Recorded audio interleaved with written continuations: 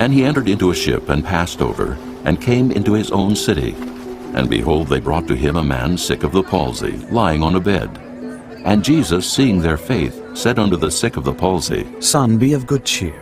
Thy sins be forgiven thee. And behold, certain of the scribes said within themselves, This man blasphemeth. And Jesus, knowing their thoughts, said, Wherefore think ye evil in your hearts? For whether is easier, to say, Thy sins be forgiven thee, or to say, Arise and walk? But that ye may know that the Son of Man hath power on earth to forgive sins. Then saith he to the sick of the palsy, Arise, take up thy bed, and go unto thine house. And he arose and departed to his house. But when the multitude saw it, they marveled and glorified God, which had given such power unto men. And as Jesus passed forth from thence, he saw a man named Matthew, sitting at the receipt of custom. And he saith unto him, Follow me. And he arose and followed him. And it came to pass, as Jesus sat at meat in the house, behold, many publicans and sinners came and sat down with him and his disciples. And when the Pharisees saw it, they said unto his disciples, Why eateth your master with publicans and sinners? But when Jesus heard that, he said unto them, They that be whole need not a physician, but they that are sick. But go ye and learn what that meaneth. I will have mercy and not sacrifice. For I am not come to call the righteous, but sinners to repentance. Then came to him the disciples of John, saying, Why do we and the Pharisees fast oft, but thy disciples fast not? And Jesus said unto them, Can the children of the bride chamber mourn as long as the bridegroom is with them? But the days will come when the bridegroom shall be taken from them, and then shall they fast.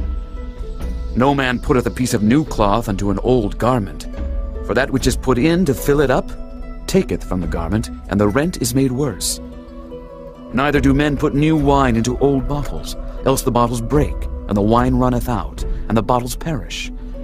But they put new wine into new bottles, and both are preserved. While he spake these things unto them, behold, there came a certain ruler and worshipped him, saying, My daughter is even now dead, but come and lay thy hand upon her, and she shall live.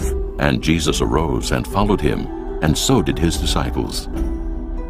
And behold, a woman which was diseased with an issue of blood 12 years came behind him, and touched the hem of his garment. For she said within herself, If I may but touch his garment, I shall be whole. But Jesus turned him about, and when he saw her, he said, Daughter, be of good comfort. Thy faith hath made thee whole. And the woman was made whole from that hour. And when Jesus came into the ruler's house, and saw the minstrels and the people making a noise, he said unto them, Give place, for the maid is not dead, but sleepeth. And they laughed him to scorn. But when the people were put forth, he went in, and took her by the hand, and the maid arose. And the fame hereof went abroad into all that land.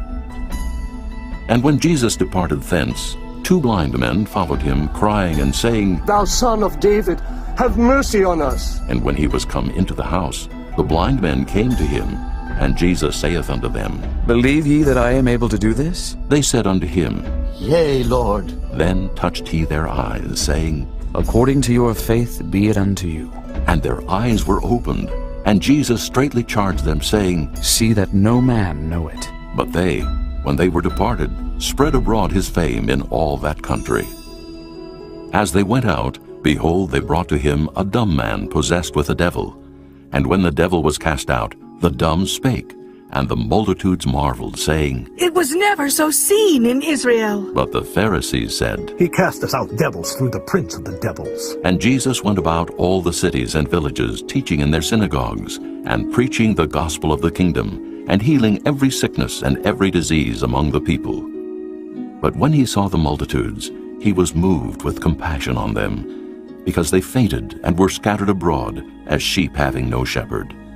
Then saith he unto his disciples, The harvest truly is plenteous, but the laborers are few.